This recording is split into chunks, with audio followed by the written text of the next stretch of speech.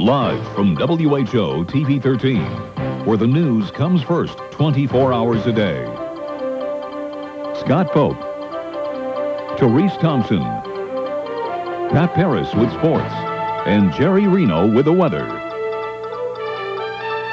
This is Newscenter 13 at 10. Children make a gruesome discovery off of Polk Boulevard in Des Moines tonight. Investigators now trying to identify a human skull. If Joseph White and dozens of residents turn out for a march downtown to protest the Drake Diner murders verdict and rally support for Joseph White Jr. Good evening and thanks for joining us. We'll have more on the discovery of the skull and the rally at the courthouse in just a few minutes. But our top story tonight, a body has been discovered along Vandalia Road near 4 Mile Creek in Pleasant Hill. Pleasant Hill police are handling the investigation.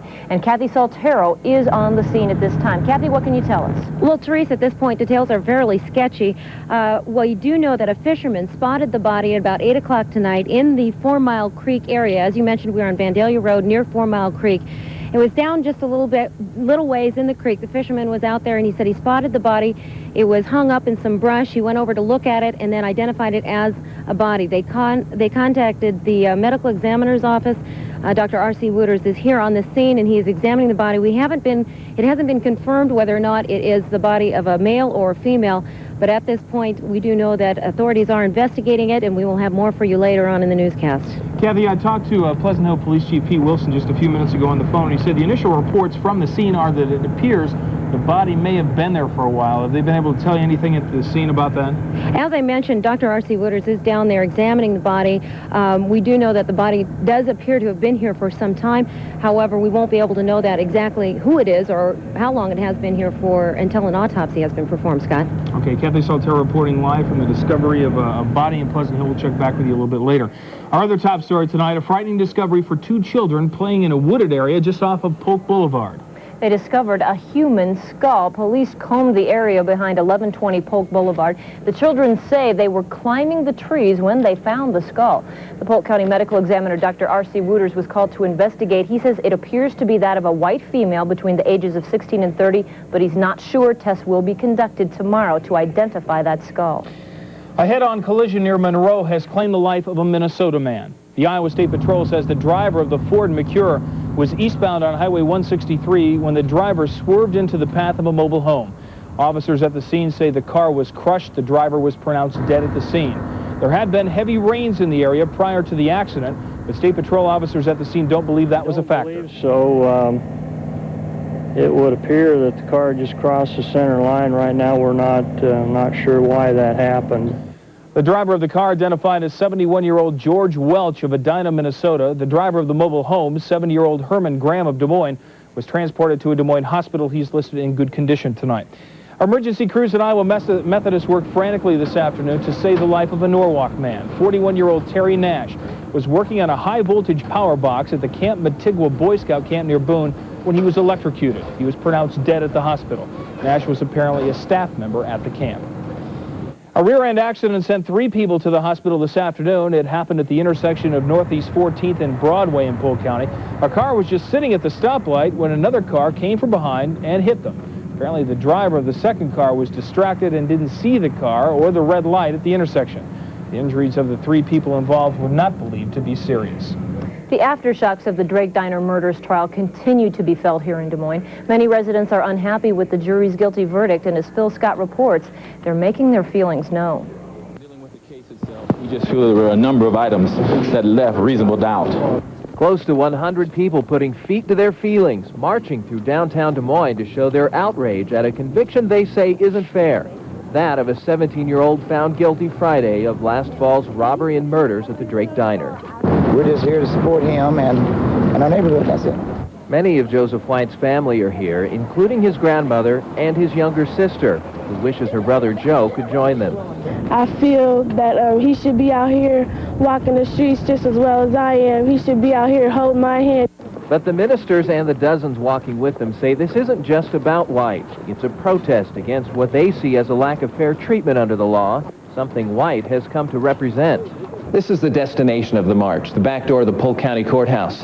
The Ministers Association says that's symbolic of the way they feel Joseph White Jr. has been treated by the justice system. And Father, we find it symbolic and not unintentional that we have ended up at the back door of this building. Yes. So seemingly yet again, we have received just the backhand of justice. Yeah. And so they vow these prayers won't go unheard, and that the steps taken today won't be their last. In Des Moines, Phil Scott, Newscenter 13. Joe White does face life in prison. The date for his sentencing will be set tomorrow. The gun used in the Diner murders was a Grizzly .44 Magnum, one of the most powerful handguns ever made, and is a prime example of the firepower out on the streets of Des Moines. Tomorrow night at 10 o'clock, I'll begin a special series of reports on that firepower called Guns, Guns, Guns. Where do these guns come from, and who has them? I'll also talk with the leader of a Des Moines street gang. That's Guns, Guns, Guns tomorrow night on the news at 10 o'clock. In Louisiana, a man who shot and killed a Japanese exchange student with a .44 Magnum revolver has been acquitted on manslaughter charges. A jury in Baton Rouge returned that verdict late this afternoon in the trial of Rodney Perez. Perez shot and killed Yoshi Hattori when Hattori approached his house looking for a Halloween party. Perez claims he yelled freeze, but Hattori kept coming. Perez says he thought the victim was a burglar and feared for the safety of his family. There's speculation the Japanese student didn't understand the command to freeze. Louisiana law allows homeowners to protect themselves and their properties from intruders. The search continues in southwest Iowa for a gunman who shot and killed a Corning man. The Adams County Sheriff says 21-year-old Chad White and his fiancée apparently surprised an intruder in their home. Both were shot. White's girlfriend, 22-year-old Dixie Kinzer, was wounded and is being treated in an Omaha hospital. Well, we need some good news, and Scott Mayo is in for Jerry Reno tonight, and he's just the man to give us some. Scott? That's right, Therese. We can find at least a little bit of good news today in our forecast, and that would include the next couple of days. But we're going to start off with tonight.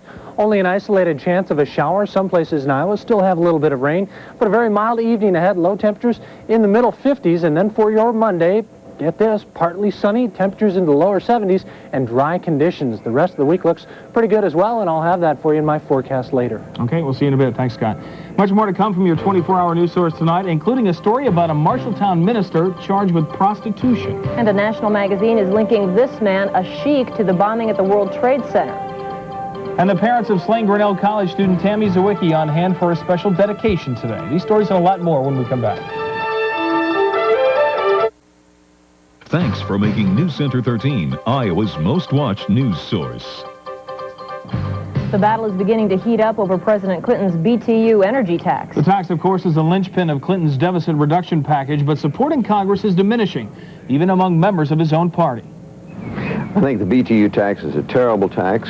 It's a tax on exports. It hurts the economy. It's unfair. It's regressive. It hurts the poor. It has all kinds of exceptions and exemptions that are going to make it hard to collect, expensive to collect, leading to a lot of lawsuits and delays. And we ought to replace the BTU tax with spending cuts, and I believe the Senate is going to do just that. Some modifications are expected this week. Clinton accuses the oil industry of trying to kill the energy tax and forcing the working poor to take up the slack in reducing the deficit.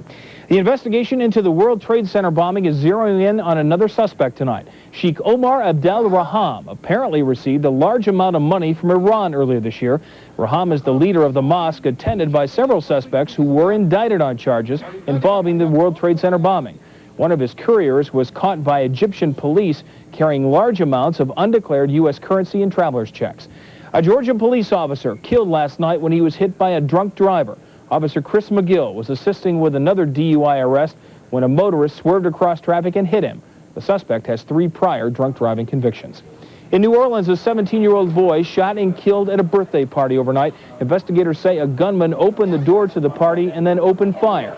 2 other teenagers were wounded. And 2 firefighters were critically injured fighting a house fire in Philadelphia early this morning. Firefighters were setting up a hose line when the front wall of the house collapsed on top of 2 of them. Des Moines police are charging a Marshalltown clergyman with prostitution. Police say an undercover agent responded to an ad placed under the name Diamond Dreams. Reverend Jeffrey Dean McElvey, the pastor of the Wesleyan Church in Marshalltown, showed up at the motel wearing women's clothing and agreed to engage in a sex act for $150. McElvey is free on bond. A special day for the parents of slain Grinnell College student Tammy Sawicki. They were in Grinnell for ceremonies honoring their daughter. And as Newscenter 13's Mary Mills tells us, they were overwhelmed by the reception. And an awful lot of them are people from Iowa. that have really rallied around us to help us and to help us get through this. The parents of Tammy Sawicki talking about the outpouring of support they've received. On the weekend, their daughter should have graduated. They were instead remembering her, sharing hugs, tears, and words of encouragement with Tammy's classmates. It's so hard. It's so hard. Yeah. Tammy was abducted and killed on her way back to Grinnell last August. Classmates assured her parents she won't be forgotten. Among other things, they dedicated a trophy case in her honor. It shows a number of photos she took, a reminder of her love of sports. Even in her life, she touched all of us in a number of ways, and even in her death, she's still motivating us. The Sawickis were especially touched by a notebook in which students share stories about Tammy. I also picture Tammy curled up on the bed, sleeping or studying with the music on. After a healthy breakfast to start the day. The Sawickis admit they were somewhat apprehensive about returning to Grinnell, but once here, they say they knew they'd made the right decision. I see nothing but good things for this school in the future. It has impressed the hell out of me. Wanting to give something back to students, Tammy's mother brought one last care package. Tammy, one of her very favorites, was dead. She told students that the Grinnell family will always be a part of the Sawicki family. Mary Mills, Newscenter 13. Tammy's killer remains at large, but they continue to hold hope that and say that they're on the phone nearly every day trying to track that case. Well, just in time for most of us to head back to work, the weather's going to shape up. Scott Mayo is in for Jerry tonight and says the next couple of days are looking outstanding. He's up next. We'll also get a live report from Kathy Saltero. But before the commercial, a recap of the weekend lotto drawings with estimated jackpots for Wednesday. We'll be back.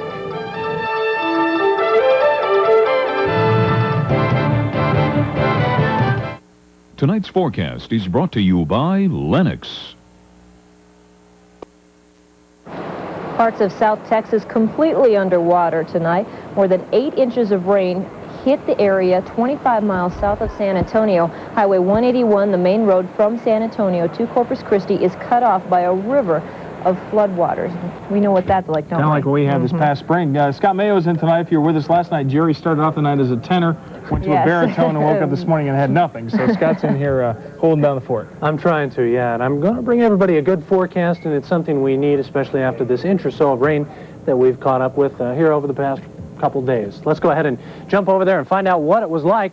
We had over an inch of rain here in Des Moines, just over an inch, and other places like Burlington, Lamoni with more than an inch, but up to the north, Spencer, 0.15 of an inch, Mason City with, well, just shy of a ½ inch. And temperatures today, well, they were on the warm side for the folks in the southern half of the state, from Des Moines down to Lamoni, temperatures in the lower to middle 70s. And off to the east, Burlington had 78 degrees. It was cooler to the north with temperatures and readings in the 60s. Now, step outside, we'll find us some nice conditions. It was a fairly nice evening with lots of sunshine. However, some places in Iowa still had showers and isolated strong thunderstorms. Up to the north around Carroll and Cass County, they still have some rain. 63 degrees here in the capital city with clear skies up above. Humidity pretty nice right now, 78%. Southwesterly breezes coasting in at a nice mild 8 miles an hour. And the barometer is on the rise at 29.71 inches. Here's a radar look out to the west. We do find some showers moving into the Atlantic area of Cass County and also up to the north, just to the northeast of Boone County. These are all moving off to the east-northeast at about 20 miles an hour. Slow movers, but they have weakened considerably. Now let's jump back to our maps and show you what was happening today. Here are the strong thunderstorms. Remember the flooding we had down there in Texas? Well, this is what happened. This thing just exploded down there, dumping all the rain. And for Iowa, most of the system moved out to the east in parts of northern Illinois today. Report of a tornado on the ground just east of Rockford. And it looks like we're on the backside of this area of low pressure and also the backside of a weak front that is moving off towards the east. So it looks like we're going to have some nice weather in the backside. That high pressure out in the west will move in our direction, so you can count on a pretty good week with a little bit of sunshine and definitely warmer temperatures. And the way the jet stream shapes up, boy, we couldn't ask for anything better. This ridge of high pressure begins to intensify by Tuesday evening, so by Wednesday we could even be looking at some better weather than we're going to have on Monday and Tuesday. Let's look at our temperatures for the overnight. Mainly in the 50s across Iowa, northwestern corners seeing upper 40s. And then for temperatures on Monday, well, anywhere between 70 and 60, probably right on the line there. So we're going to say probably 70, 71 degrees in the capital city, a little bit cooler to the north. And Monday night, well, it's going to be cool with temperatures statewide in the 40s. Here's a look at my forecast for tonight. 54 degrees, very mild evening, a few isolated showers. We showed you those on radar. And then for your Monday, fairly mild temperature right around 71 degrees in the capital city, warmer to the south. And tomorrow night, pretty cool. Temperatures about 47 degrees. The extended forecast, nice and dry until we get to Thursday. There's a chance of an isolated shower, but we do warm up. Temperatures nearing 75 by the end of our work week, and we can count on more seasonal weather, at least what it should be like outside nowadays. Nice improvement. Thanks, sir. We want to go back to Kathy Saltero, who is in Pleasant Hill, where a body was found in 4 Mile Creek. Therese, the body was found at about 8 o'clock tonight by some fishermen here at 4 Mile Creek. Dr. R.C. Wooters was called out to examine the body. He joins us now live just back from the scene. Dr. Wooters, what can you tell us about the body that you examined here? Well, we know a little about it. We know that it's an adult female, probably a relatively young female. Don't know whether she's white or black, and don't know her age. I didn't see any obvious injuries on a cursory inspection. Have any idea how long this body has been here? Oh, it could be anywhere from several days to several weeks. Any decomposition? Oh, considerable decomposition. Okay, and you will be performing an autopsy now. That's the next step? Yes, Dr. Garrity, my forensic pathologist, will be doing that tomorrow. Okay. Once again, a body found here on 4 Mile Creek. We are just off of Vandalia Road. Found here about 8 o'clock tonight. They do not know the identity of the woman. It is a female, and an autopsy will be performed tomorrow to determine the cause of death. All right, Kathy Saltero reporting live for us. Thanks, Kathy. Well, the Central College Flying Dutchman celebrating another national title tonight. And the Knicks end the Bulls' playoff streak in Game 1 of the Eastern Conference Final. Pat's got it all when we turn to sports next. Tonight's sports is brought to you by your local Ford dealer. From the cheers around here this afternoon, obviously a few Knicks fans. Yeah, there are a couple around here, but mostly Bulls fans. I don't even think the most diehard Bulls fan, though, expected them to go through this series without losing at least one game. Game 1 of the much-anticipated Eastern Conference Final goes to the Knicks. They handed the two-time defending champion Bulls their first loss of the playoffs. Patrick Ewing helps New York to a second-quarter lead. He hits the runner in the lane for 2 of his 25 points. He also grabbed 17 boards. But Michael Jordan brings back the Bulls before halftime. He goes in for the bucket and the foul. Jordan ends up with 27. Chicago led by 4 at the break. The difference in the game was the hot outside shooting of John Starks. He converted 5 of 7 three-pointers. Starks also finishes with 25 points. The Knicks seal it late. Anthony Mason takes the pass inside for the easy lay-in. New York beats Chicago 98-90. Game 2 will be Tuesday night at Madison Square Garden. Well, we feel like we let one get away, but, you know, it's still just one game. That's the only way you can look at it. We definitely look forward, you know, trying to get that first game. But now, you know, we make some adjustments, and we come back for the next one.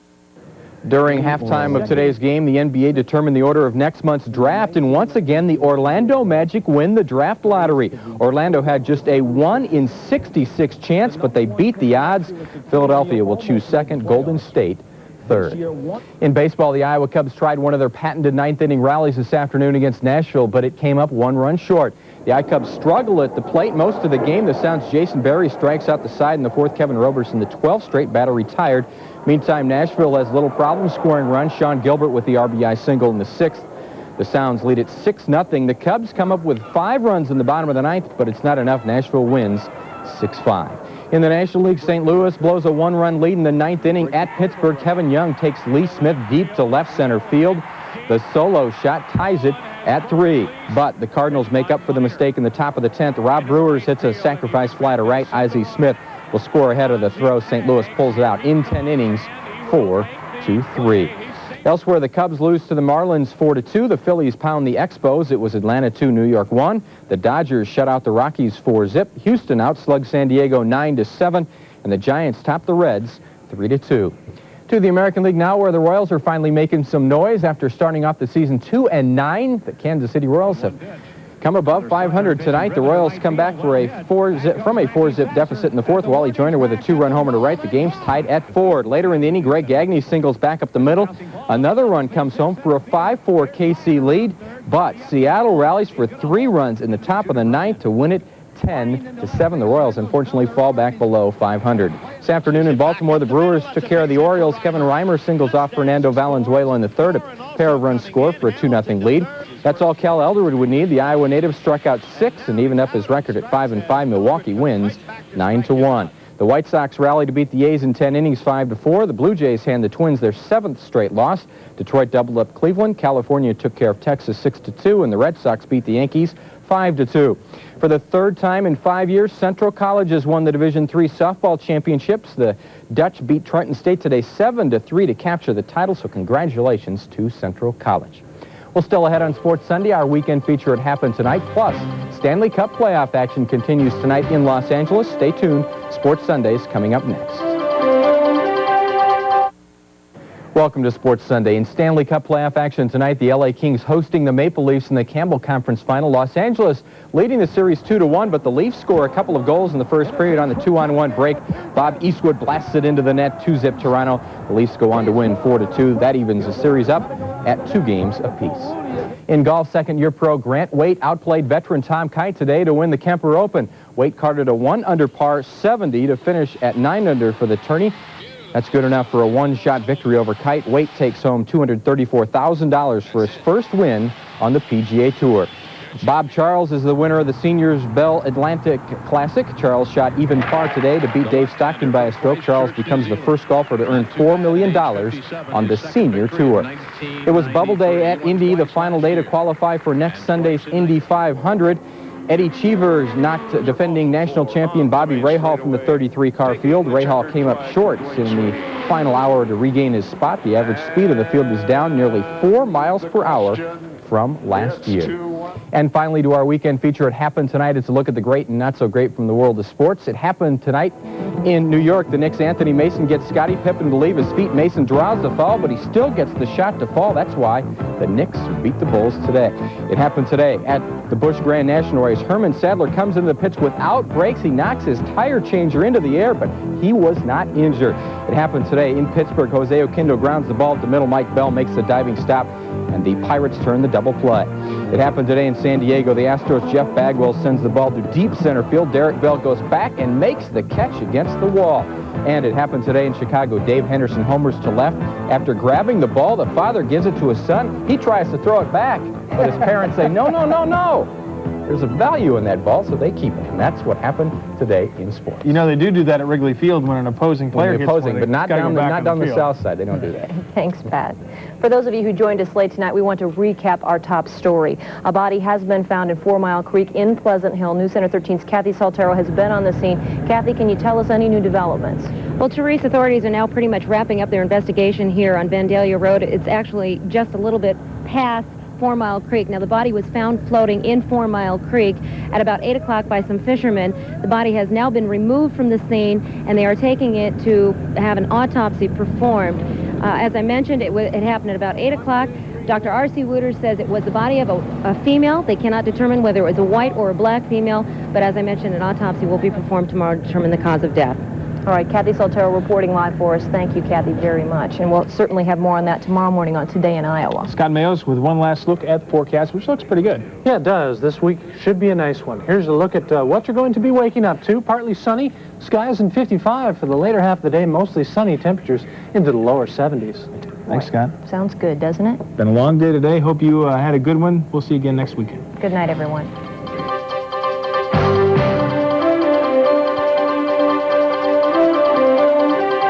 For around-the-clock news headlines in the Des Moines area, watch Newscenter 13 updates on TCI of Central Iowa, Cable Channel 30, twice each hour.